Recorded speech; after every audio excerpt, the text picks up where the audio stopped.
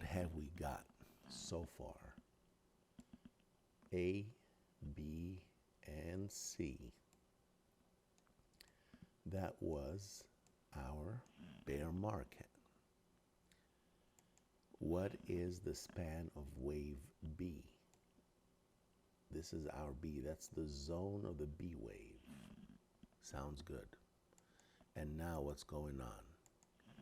On the heels of the ABC, we're getting a countertrend rally, A, B, and C. Okay? How do I know this? It's because within wave A, I was able to identify 5 distinct subwaves, 1 through 5, 1, 2, 3, 4, 5, inside of this A wave.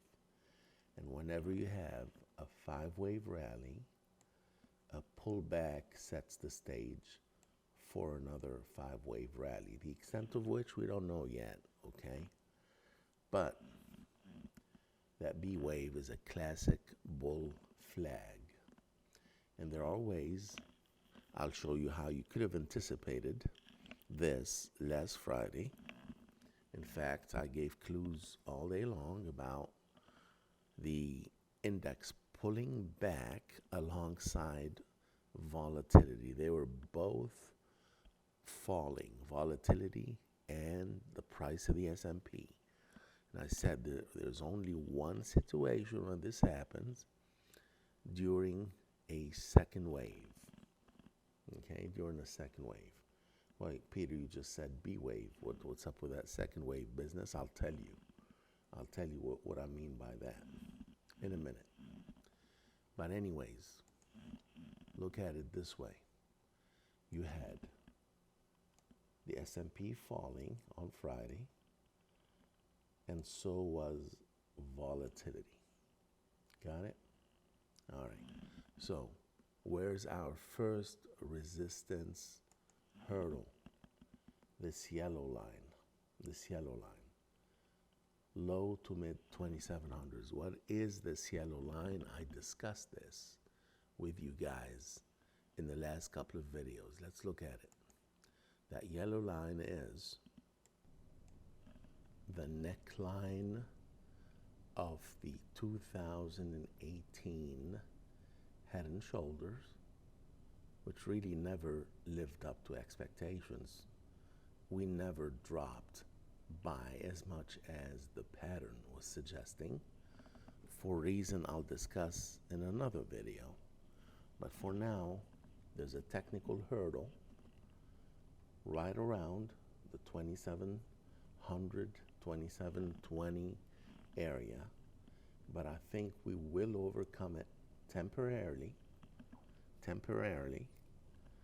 to possibly reach the 50-day moving average, which, by the way, isn't static, okay? As price climbs towards the 50-day moving average, that 50-day moving average will also be dropping towards probably this gap right here that could get filled, okay? So keep that in mind.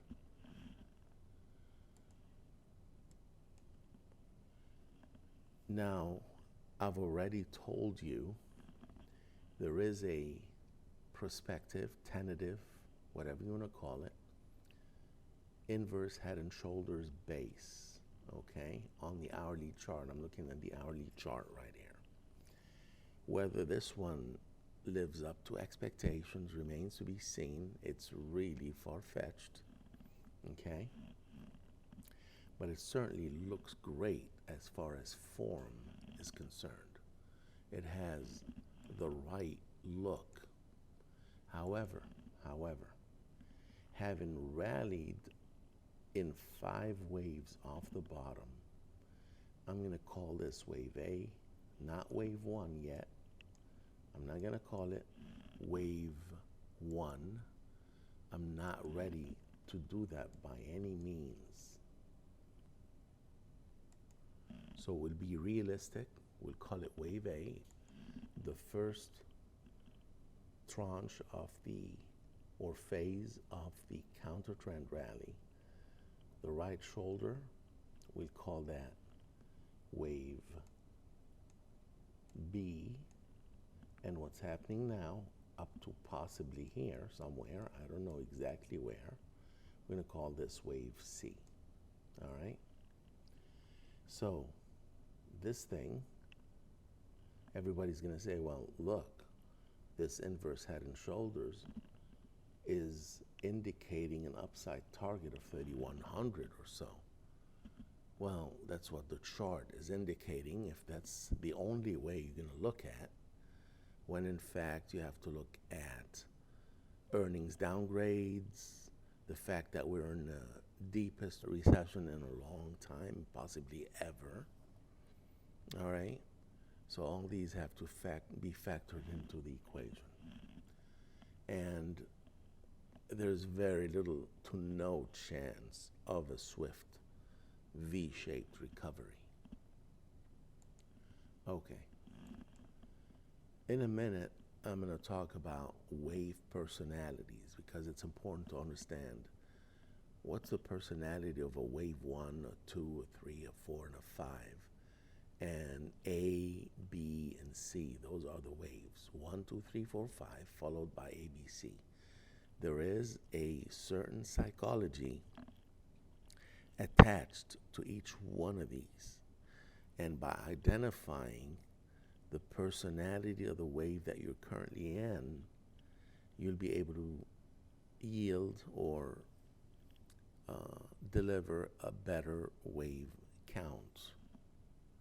Anyways, for now, I'm going to look closer at what happened on the heels of this 1, 2, 3, 4, and 5. Okay? The first thing that I noticed was this zigzag ABC followed by a counter trend zigzag ABC that attempted to take out the highs right here. Okay? It didn't work. So that told me that the market was eager to go on to new highs. But it was too early. Window dressing and end of quarter window dressing, portfolio rebalancing, all these things were done and over with, but there was still some residual momentum that failed to break sustainably above the fifth wave. We couldn't get it. We couldn't get it done right here. So what happened instead? We fell in 1, 2, 3, 4, and 5 waves. This is a classic pattern that we called an expanded flat, an ABC, where A and B unfold in 3 waves, with B exceeding the endpoint of the 5th wave by a small margin. That's an expanded flat. And what happens afterwards, once the B wave is in, is you fall in 5 waves, sometimes failing or falling short of breaching A, and sometimes actually breaching it by a small margin, which is what we did. Okay? Classic. Now, from an option perspective, from a market profile or volume profile, I look at volume. That's very important for me.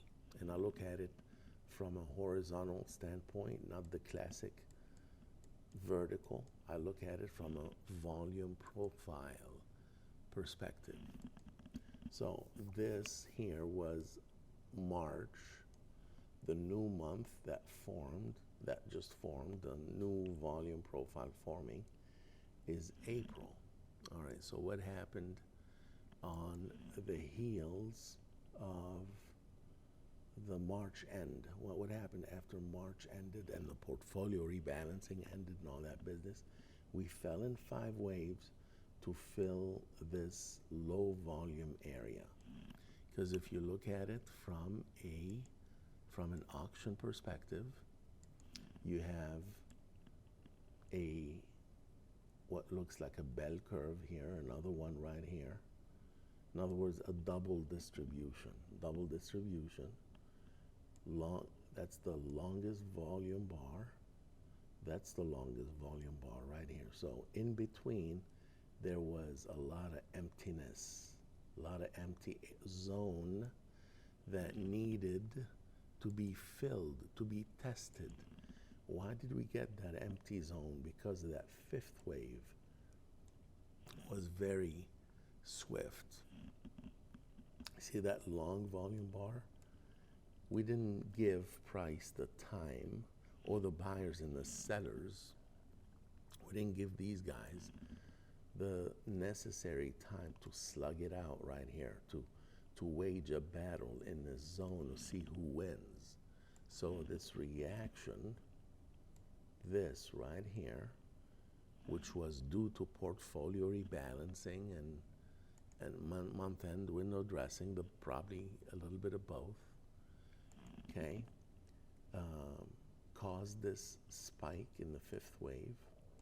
And then what happened once that was behind us is we came back down to test it, and to fill it, okay?